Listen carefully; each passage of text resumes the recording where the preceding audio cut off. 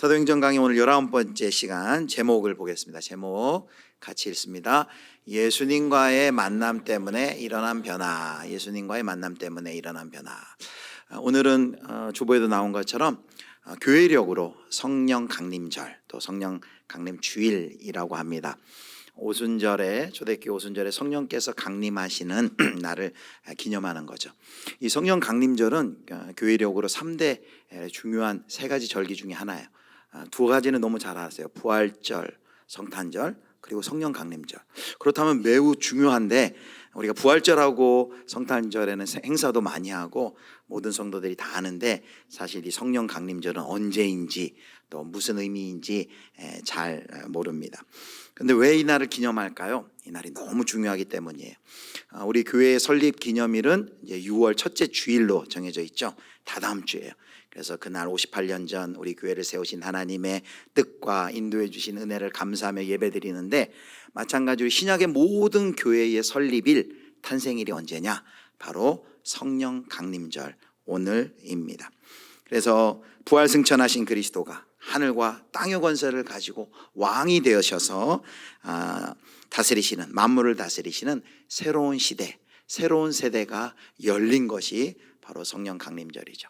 그래서 우리 교회는 성령이 강림하심으로 이제 그 성령님의 역사를 통해 펼쳐지는 영광스러운 세계와 또 성령님을 통해 주어지는 그 한량없는 은혜를 온 세상에 또 역시 성령님의 능력을 힘입어 전해야 될 사명을 우리가 부여받았음을 다시 한번 확인하는 날입니다. 저와 여러분, 이 성령 강림절을 맞이해서 다시 한번 성령님의 놀라운 은혜와 성령님의 충만한 역사가 우리 모든 예수비전교회 성도님들 가운데 가득히 차고 넘치기를 주님의 이름으로 축복합니다. 아멘. 지난주에는 마치 브레이크 없는 폭주기관차 마냥 하나님을 대적하고 하나님을 대적하며 나아가던 그를 예수님께서 거룩한 충돌로 그를 멈춰 세우시고 이제 핍박하던 자에서 사명자, 그리스도의 증인으로 부르시는 사울의 소명 기사를 우리가 살펴보았습니다. 이 만남을 통해 사울이 전적으로 완전히 뒤바뀌어진 송두리째 그의 삶이 뒤집혀지고 바뀌어진 것을 우리가 이제 확인했습니다. 오늘은 이제 그 변화된 예수님을 만난 후, 부활하신 예수님을 만나고 어떻게 사울이 정말 변화되었는지를 우리가 구체적으로 살피려고 합니다. 우리 성도 여러분, 예수님 만나고 나서 좀 많이 변하셨습니까? 예수 믿기 전에 나의 모습과 예수 믿고 난 후에 나의 모습을 볼 때 여러분 좀 어떠세요? 오늘 사울의 모습을 통해 우리 그리스도인이라면 예수님을 만난 후에 반드시 일어나는, 또는 혹은 일어나야만 하는 변화에 대해서 알아보려고 합니다. 3가지 변화를 살펴볼 것인데요, 그 변화는 새로운 종류의 관계 맺음이다 라고 살펴볼 것입니다. 하나님과의 관계, 그리고 세상과의 관계, 그리고 교회와의 관계 속에서 도대체 부활하신 예수님을 인격적으로 만난 후에 어떤 변화들이 일어나는지 함께 살펴보도록 하겠습니다. 첫 번째, 하나님과의 관계입니다. 자, 부활하신 예수님을 다메섹 도상에서 만난 이 사울의 눈이 멀게 되죠. 그 섬광, 너무나도 영광스러운 거룩한 밝은 섬광에 눈이 멀게 되고, 그리고 어느 집에 들어가서 사울과 금식하며 그가 기도합니다. 그에게 아나니아를 보내셔서 아나니아가 그 사울을 위해 기도할 때 사울이 성령 충만케 되어지고, 그리고 그의 눈에 비늘이 벗겨집니다. 그리고 다시 그가 이제 먹고 건강을 되찾게 되죠. 자, 그 다음에 19절에 보니까 그 사울이 어떤 일을 했냐 하면 19절 이렇게 되어 있습니다. 같이 읽겠습니다. 음식을 먹음에 강건하여지니라. 사울이 다메섹에 있는 제자들과 함께 며칠 있을새. 음식을 먹음에 강건하여지고 사울이 여기 다메섹에 있는 제자들과 함께 있었다. 우리가 그냥 이렇게 읽어 지나갈 수 있지만 가만히 보면 너무너무 뭉클한 장면이에요. 여러분, 지금 사울이 누구하고 있어요? 다메섹의 제자들과 함께 있다고 했어요. 그런데 이 제자들이 누굽니까? 불과 며칠 전만 해도 사울이 그 다메섹에 있는 제자들 붙잡기 위하여서 다메섹으로 가고 있었어요. 그들을 붙잡아서 재판받게 하고 옥에 쳐넣기 위하여서 갔는데, 지금 그 사울이 누구와 함께 있어요? 그 붙잡아 감옥에 넣으려 했던 그들과 형제가 되어서 그들과 함께 교제하고 있는 아름다운 장면을 보게 됩니다. 그렇게 제자 공동체와 교제하고 그들의 극진한 간호를 통해 회복이 된 사울이 첫 번째로 하는 일이 뭡니까? 자, 20절 말씀 같이 봅니다. 즉시로 각 회당에서 예수가 하나님의 아들이심을 전파하니, 여기 즉시로 뭐 더 지체할 것도 없이 즉시로 예수를 전파했다라고 말합니다. 이것을 통해서 우리는 이 사울이 얼마나 예수님을 향해 또 복음을 향해 열정적인지를 알 수 있어요. 또 이것을 통해 우리는 이 사울이 자기가 전해야 되는 것이 무엇인지를 얼마나 정확하게 알고 있는가를 우리가 확인할 수 있습니다. 여러분, 그런데 여기 즉시로 각 회당에 갔다 하는데 이것도 참 그냥 읽을 수 없는 본문이에요. 회당이 어떤 회당이에요? 며칠 전만 해도 그 회당에 가서 뭐 하려고 했어요? 바로 예수 믿는 사람들 색출해 내려고 그 회당을 방문하려고 했는데, 그 회당에 가서 지금 뭘 하고 있습니까? 복음을 전하고 있는 것입니다. 그러니 그 회당의 관계자들, 그 다메섹의 유대인들은 그 반응을 보고 얼마나 놀랐을까요? 자신들 같은 편이라고 생각했는데, 그리고 왔을 때 그래 얼마나 작업이 잘 되고 있는지, 예수 이단들 쫓고 있는 사람들 잘 잡고 있냐? 라고 물어봤을 텐데 느닷없이 예수는 하나님의 아들이십니다 라고 사울이 증거하고 있는 것이죠. 그래서 그 다메섹에 있는 유대인들의 반응을 21절에 이렇게 전합니다. 자, 21절 제가 읽겠습니다. 듣는 사람이 다 놀라 말하되, 이 사람이 예루살렘에서 이 이름을 부르는 사람을 멸하려던 자가 아니냐? 여기 온 것도 그들을 결박하여 대제사장에로 끌어가고자 함이 아니냐 하더라. 다메섹 유대인들이 그 변화된 사울의 모습을 보고 너무 놀래고 당혹해하는 모습이 여기 나와 있습니다. 자, 바울이 회당에서 그 다메섹에서 전한 바울이 전한 메시지의 핵심이 뭐예요? 예수는 누구라고요? 자, 20절 보니까 예수가 하나님의 아들이다 라고 그가 증거하고 있습니다. 자, 그가 박멸하려고 했던 메시지예요. 예수를 하나님의 아들로, 예수를 부활했다라고 증거하는 사람들을 붙잡으러 가려 했다가 사울이 변화돼서 오히려 그가 그 메시지를 그의 입을 통해 증거하는 것을 보게 됩니다. 자, 여기서 우리는 부활하신 예수님을 만난 사울이 변화된 가장 큰 부분이 뭔지를 확인할 수 있습니다. 그것은 신학의 변화였어요. 그의 신학의 변화. 신학의 변화라는 것은 그가 예수님을 누구라고 생각했어요? 예수님은 하나님의 저주를 받아서 나무에 달려 죽었다라고 저주받아 죽은 죄인인 줄 알았어요. 그런데 저주받아 죽은 줄 알았던 그 죄인을 부활하신 예수님을 그가 영광 가운데 만나게 된 거예요. 부활의 실체를 만나게 된 거예요. 그가 그 부활하신 예수님을 만남으로써 그의 모든 신학과 세계관과 가치관이 전복이 되었습니다. 그리고 새롭게 깨닫게 된 것입니다. 그게 뭡니까? 예수는 자기 죄 때문에 죽은 것이 아니고 죄의 저주 아래 있는 모든 사람들을 위해서 죽어주셨음을 그가 깨닫게 된 것입니다. 그 죽음은 죄인의 죽음이 아니라 그 죽음은 하나님의 뜻을 따라 온전히 하나님의 뜻을 순종한 메시아요 그는, 그리고 하나님의 아들의 고난이었음을 그가 깨달았습니다. 그리고 그의 죽음은 죽음으로 끝난 것이 아니라 그렇게 많은 제자들이 목숨을 걸고 증거했듯이 그는 죽음 가운데서 다시 부활하였다. 그리고 얼마 전 그가 스데반의 죽음을 목격했지만 스데반이 죽어가면서까지도 그렇게 외쳤지 않습니까? 하나님의 보좌 우편에 서 계신다라고 했던 그 예수님이, 부활하신 예수님이 나를 만나 주신 것을 그가 경험하고 깨닫고 그리고 그를 증거하게 되는 것이죠. 예수가 하나님의 아들이다라고 사울이 증거했는데, 예수가 하나님의 아들이라고 증거한 것은 곧 예수는 누구란 말이에요? 22절을 보겠습니다. 22절 같이 읽겠습니다. 사울은 힘을 더 얻어 예수를 그리스도라 증언하여 다메섹에 사는 유대인들을 당혹하게 하니라. 여기 사울이 더 힘을 얻어 박해도 불구하고 더 힘을 얻어 예수를 또 누구라고 증언합니까? 그리스도다. 그리스도는 히브리 말로 메시아, 헬라 말로 그리스도, 한국말로는 구원자라는 거예요.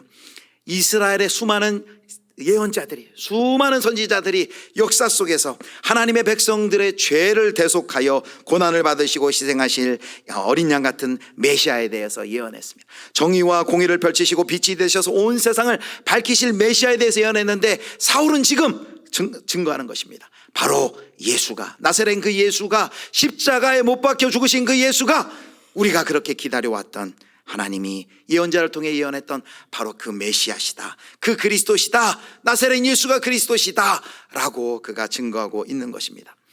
예수가 하나님의 아들이다 라고 사울이 전도했는데요. 증거했는데요.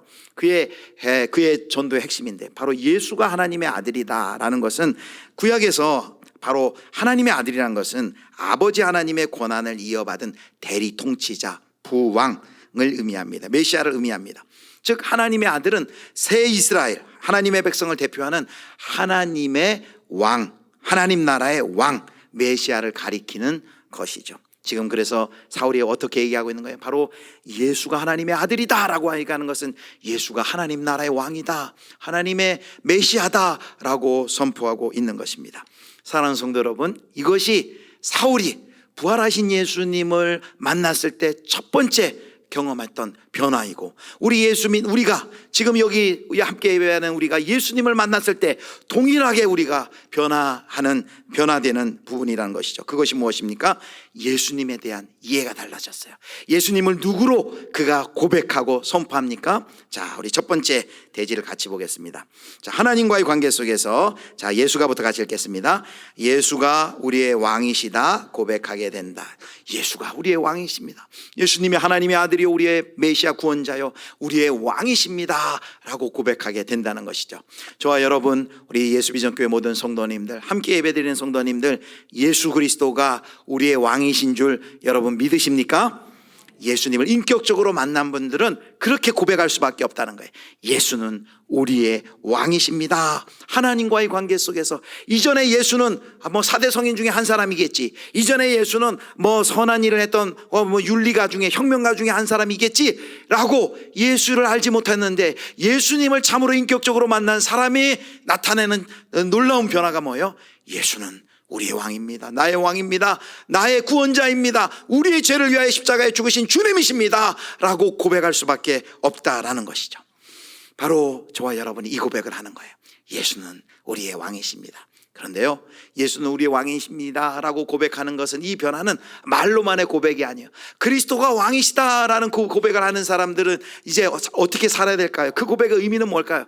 그리스도가 내 삶을 통치하십니다라는 거예요.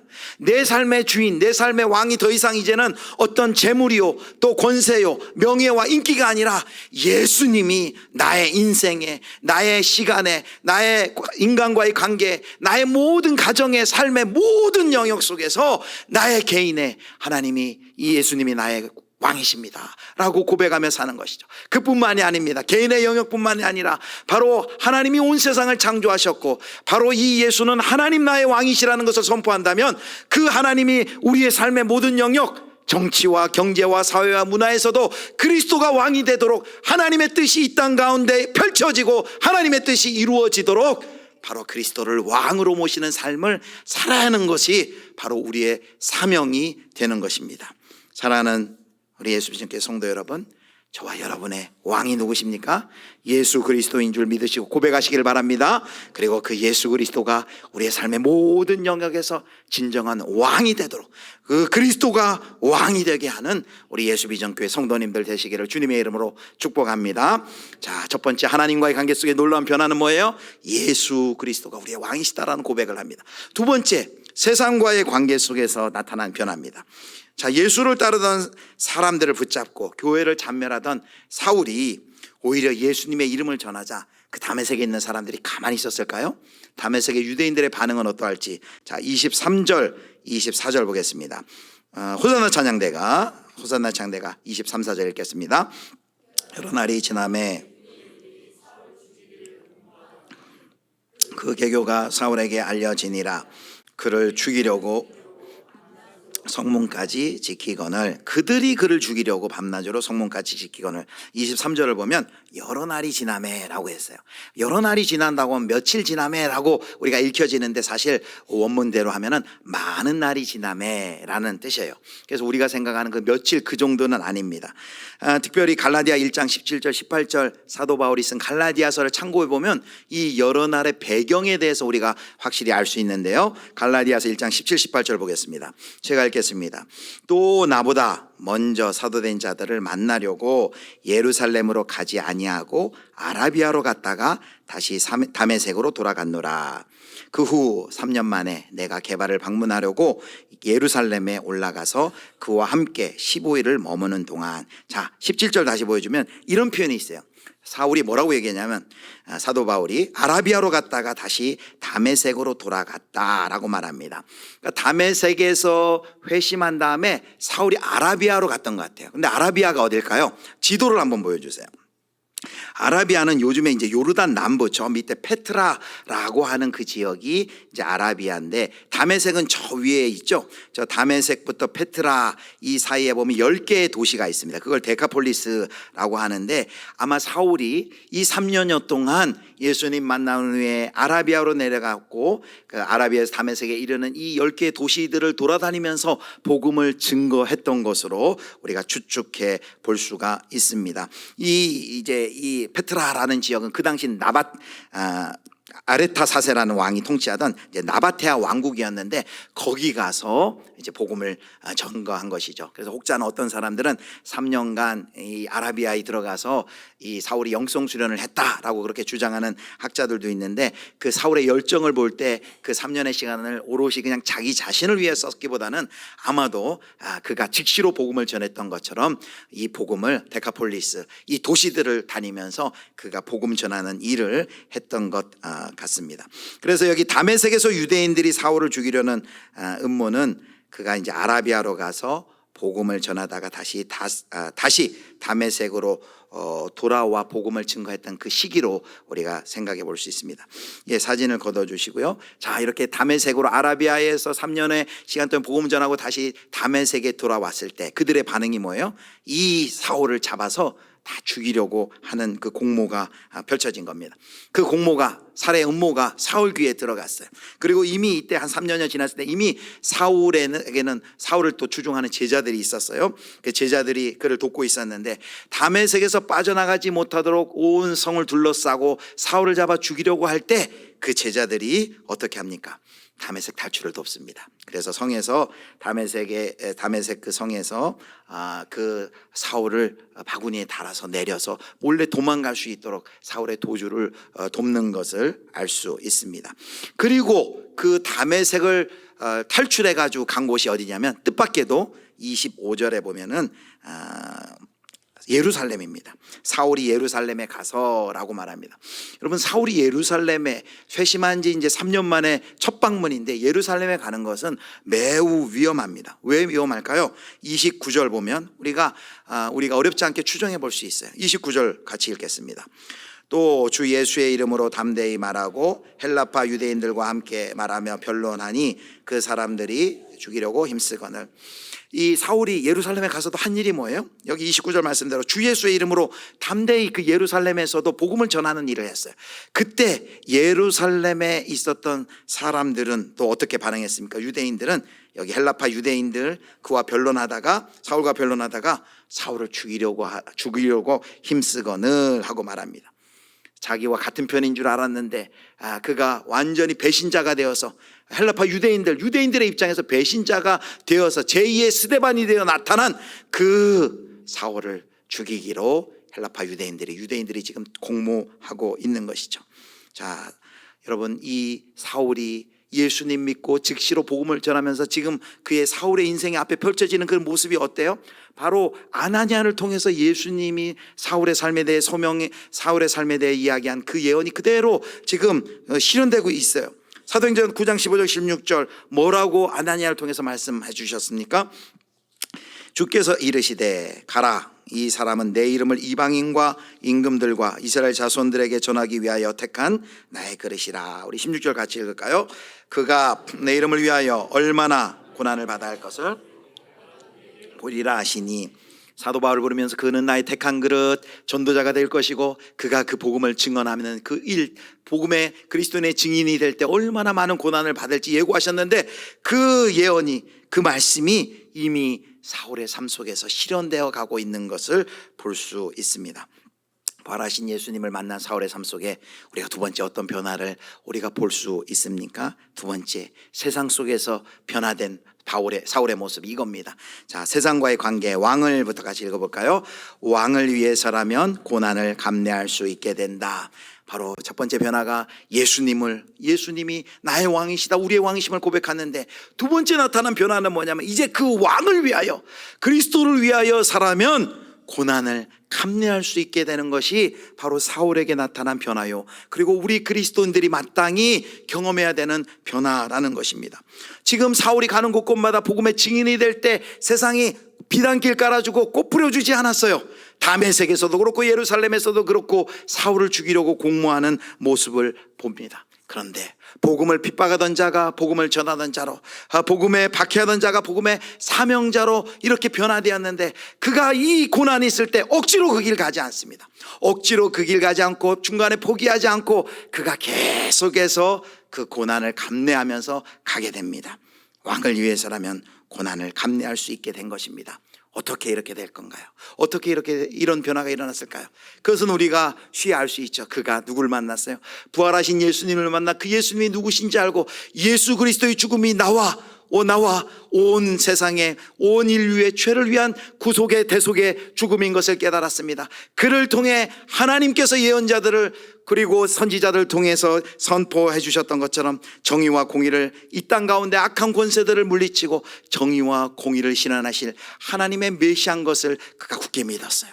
그리고 그가 복음을 전할 때 성령님께서 그에게 능력으로 그 복음을 잘 전할 수 있도록 그를 도와주셨기 때문입니다. 억지로가 아니라 그 하나님의 사랑에 매여서 사울은 왕을 위하여 고난을 감내하는 그 일을 기쁨으로 감당하는 이 변화를 경험하게 된 것이죠.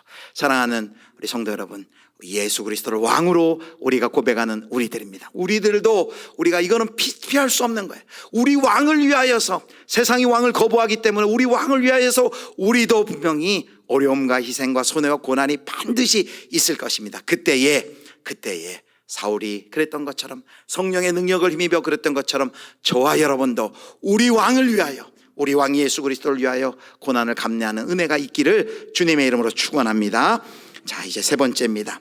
세 번째는 이제 교회와의 관계 속에서의 변화를 우리 마지막으로 살펴보도록 하겠습니다.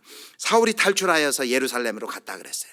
자, 사울이 회심 후에 약 3년 만에 이제 처음 예루살렘에 방문을 한 것이죠.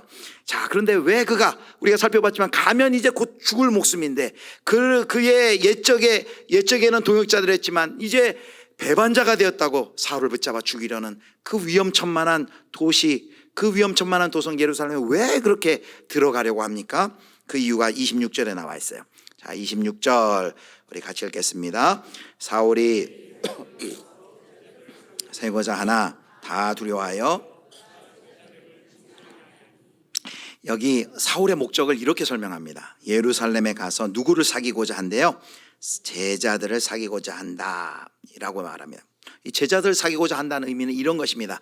마치 빌립이 사마리아에 복음을 전했을 때 예루살렘에서 사도들이 와서 그것을 직접 보고 확증하고 이제 예루살렘 교회와 같은 믿음, 같은 신앙이라는 것을 확증해 주는 것입니다. 같은 문맥이에요. 지금 사울은 뭘 원하는 거예요? 그가 예루살렘 교회가, 예루살렘 믿음의 공동체가 인정하는 자신도 정식 신자가 되기를 원하는 것이죠. 그런데 사울이 3년 만에 도착해서 그걸 많이 시도했는데 쉽지 않았음을 알 수 있어요. 오늘 한글 성경에 보면 제자들을 사귀고자 하나라고 보니까 이 하니라는 것은 계속해서 그걸 시도했다라는 뜻이에요. 잠깐 했다 말았다는 것이 아니라 그 한동안 했던 것이 아니라 지속적으로 그 노력을 했다는 거예요. 왜 이렇게 지속적으로 사도들과 만나고 교제하려는 걸 계속 할 수밖에 없었어요? 26절 하반절에 보니까 이유를 이렇게 설명합니다. 다 두려워하여 그가 제자됨을 믿지 아니하니라고 말합니다. 이미 3년의 시간이 지나고 사울이라던 전에는 교회를 잔멸하던 그 사람이 예수님을 만나고 예수님을 인격적으로 고백하고 예수를 하나님의 아들 메시아로 증거한데 이 소문을 이미 다 들었을 거예요. 그러나 3년의 시간이 지났지만 아직도 예루살렘에 있는 예루살렘에 있는 그 예루살렘 공동체는 반신반의하고 있는 거예요. 저거 혹시 밀정하냐? 저렇게 하다가 우리 잡아가지고 다 감옥에 넣으려는 거 아니야? 의심의 눈초리를 아직 사그러뜨리지 못하고 있는 거예요. 자, 그때 아무리 사울이 나는 변했어, 나는 이전에 내가 아니야, 내가 예수 그리스도를 만났어, 예수 그리스도는 하나님의 아들 메시아야 라고 해도 믿지 않을 그때에 하나님께서 누구를 세워 그를 예루살렘 공동체에 연결을 해주십니까? 바로 바나바입니다. 바나바. 마치 아나니아를 통해서 다메섹 공동체에 사울을 연결해 주셨던 것처럼 그 당시 초대교회 존경받던 바나바. 사도행전 4장에 보면 그가 자기 밭을 사도들의 앞에 내놓는 그 모범을 보이죠. 그 초대교회 존경받는 지도자였던 바나바를 통해서 어떻게 이 사울을 공동체에 연결해줘요? 자, 사도행전 9장 27절에 이렇게 얘기합니다. 제가 읽겠습니다. 바나바가 데리고 사도들에게 가서 그가 길에서 어떻게 주를 보았는지와 주께서 그에게 말씀하신 일과 다메섹에서 그가 어떻게 예수의 이름으로 담대히 말하였는지를 전하니라. 사울이 어떻게 예수님, 부활하신 예수님을 만났고 그리고 다메섹에서 그가 어떻게 전도 사역을 해왔는지 상세하게 이 존경받는 이 바나바가 이야기하자 드디어 사도들이 마음의 빗장을 열고 그리고 예루살렘 믿음의 공동체가 그를 받아들이게 됩니다. 바나바는 사람이 변화할 수 있다는 걸 믿었죠. 사람을 믿은 것이 아니라 정말 근본적으로 사람을 변화시킬 수 있는 것은 하나님이다 라는 그 믿음을 가지고 이 사울을 예루살렘 공동체에 소개를 한 것이죠. 바나바 덕택에 사울이 어떻게 되었습니까? 예루살렘 공동체와 교제하게 되고 그리고 거기에서 제자들과 함께 지내면서 주님의 이름을 우리가 본 것처럼 예루살렘에도 담대히 전하는 것을 우리가 살펴봅니다. 그래서 우리 지난주에 세 번째 대지가 우리 모두 아나니아가 됩시다 했는데 역시 이번 주에도 우리가 바나바가 또 돼야 됩니다. 우리 공동체 안에는 이런 아나니아들이 그리고 바나바들이 많아져야 합니다. 그리고 그 다음에 9장 30절에 보면은 이제 그 예루살렘에서 복음을 전하던 그 사울을 향해 역시 그 헬라파 유대인들의 반응이 나와 있는데 그 29절에 나와 있고 30절에 거기에 맞대응하여서 이 사랑의 공동체 예루살렘 공동체는 사울을 그럼 어떻게 도와줬는지가 나오고 있습니다. 자, 30절 말씀 우리 같이 읽겠습니다. 형제들이 알고 가이사랴로 데리고 내려가서 다소로 보내니라. 헬라파 유대인들이 사울을 붙잡아 죽이려는 공모가 일어났을 때 그 소식을 접한 여기 우리가 눈여겨볼 표현들이 여기 형제들이라고 했어요. 형제들이. 그 형제들이 누구예요? 예루살렘 공동체 한 믿음의 지체들을 형제들이로 부르고 있어요. 그들이 뭘 해요? 그걸 알고 빨리 사울을 도주시키는 것입니다. 마치 다메섹에 있던 제자들이 다메섹의 유대인들이 이 사울을 죽이려고 할 때 그를 대피시키고 피신했던 것처럼 똑같이 예루살렘의 제자들은 사울을 혼자 내버려 두지 않았어요. 신속하게 그를 어디로까지 데려가면 가이사랴, 그 지중해 해안의 항구 도시 가이사랴로 보내고 또 거기서 배를 통해서 아마 다소 사울의 고향으로 빨리 피신시키는 것입니다. 이 일을 그 예루살렘 교회 공동체가 함께 그를 돌보고 그의 구출을 계획하고 또 여기에 또 재정에 또 모금을 하고 마음을 모아서 그 공동체가 함께 그 사울을 돕고 있는 모습을 볼 수 있습니다.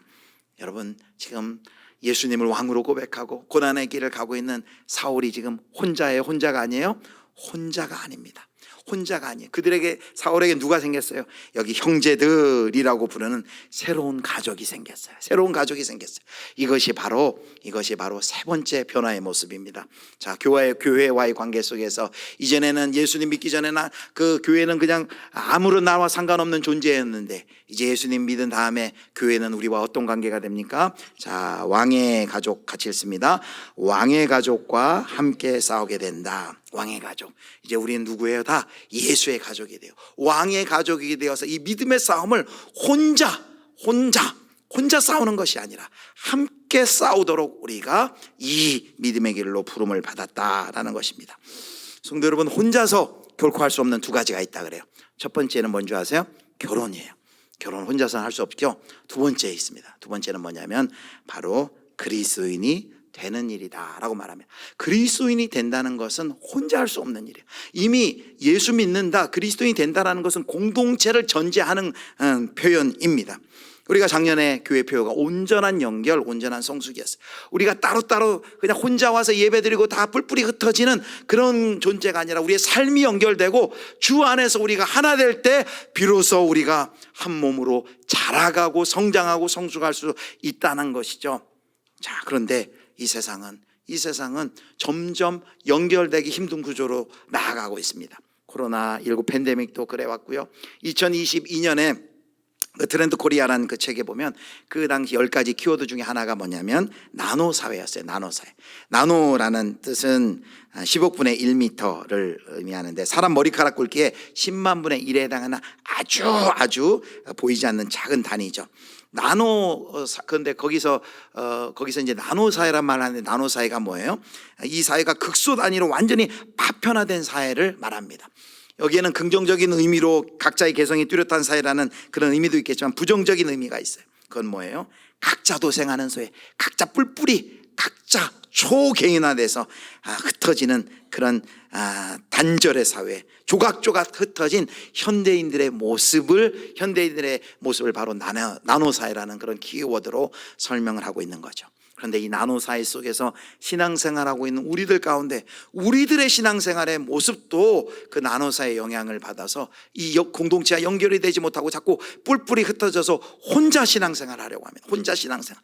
여러분, 혼자 신앙생활을 할 수 해서는 그리스도인으로서 생존할 수가 없어요. 왜냐하면 혼자 싸울 수 있는 싸움이 아니라 이 싸움은 믿음의 공동체, 왕의 가족과 함께 싸워야 하는 싸움입니다. 혼자서는 아무리 능력이 많아도 하나님의 나라를 위한 삶을 살아갈 수가 없습니다. 여러분, 다른 종교는 영성이라 그러면 뭐예요? 혼자 산속에 들어가서 혼자 어떤 노력을 통해서 어떤 경지에 오르지만 우리 그리스도교, 우리 기독교는 혼자 하지 않아요.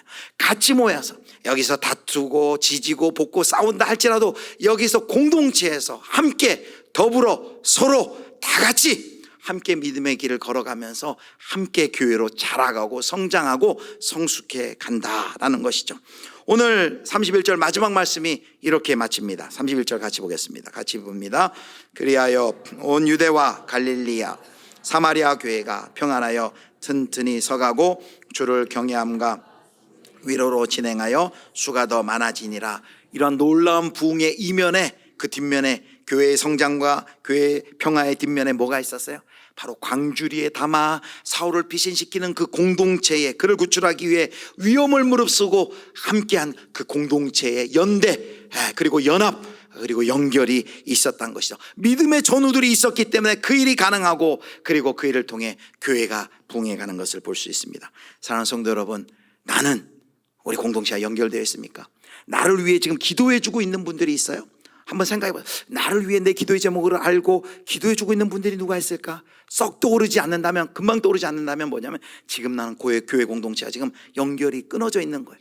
여러분, 빨리 연결을 이으시길 바랍니다. 나의 상황을 알고 나를 위해 정기적으로 기도해주고, 그리고 나의 삶을 나누고 함께 하나님의 말씀을 나누는 그런 공동체가 빨리 이 공동체에 이어져야 됩니다. 목장에 연결되어야 되고, 그리고 교회 안에서 또 그런 기도의 동역자들이 빨리 생겨지셔야만 합니다. 그래서 하나님의 나라를 위해서 함께 우리가 싸워 나가야 합니다. 말씀을 정리하도록 하겠습니다. 오늘 부활하신 예수님을 만난 이 사도 바울의 놀라운 변화 3가지를 살펴봤어요. 이 변화는 우리 예수 믿는 그리스도인들이라면 모두에게 나타나는 변화여야만 합니다. 자, 존 스토터란 분은 이 3가지 변화를 이러한 용어를 통해서 표현을 했어요. 3가지 변화를 3가지 칭호로 설명했어요. 우리의 정체성의 변화라는 것이죠. 자, 보겠습니다. 첫 번째, 우리가 하나님과의 관계 속에서 우리는 이제 예수는 나의 왕이시다, 우리의 왕이시다 라고 고백하게 되므로 우리는 이제 뭐가 됐다는 거예요? 제자가 된 것입니다. 저와 여러분은 이제 제자가 되었어요. 이제는 예수님이 나와 상관없는 자였는데 이제는 예수님을 왕으로 모시는 예수 그리스도의 제자가 되었어요. 두 번째, 세상과의 관계 속에서 그 왕을 위해서라면 이 기쁨도, 이 고난도 기쁨으로 내가 감당하겠습니다 라고 우리가 이제 뭐가 됐다고요? 증인이 우리가 되었습니다. 증인이 됩니다. 마지막으로 교회의 관계 속에 이제 교회는 나와 전혀 상관없는 존재였지만 이제 우리는 그 교회가 나와 어떤 관계가 됐어요? 왕의 가족이 되었어요. 왕이신 예수님이 가족이 되어서 그 가족과 함께 우리는 뭘 해요? 이 믿음의 싸움, 믿음의 경주를 함께 싸워 나가는, 그래서 이러한 사람, 우리 함께 된 왕의 가족을 우리는 뭐라 불러요? 형제, 또 자매라고 부르는 것입니다.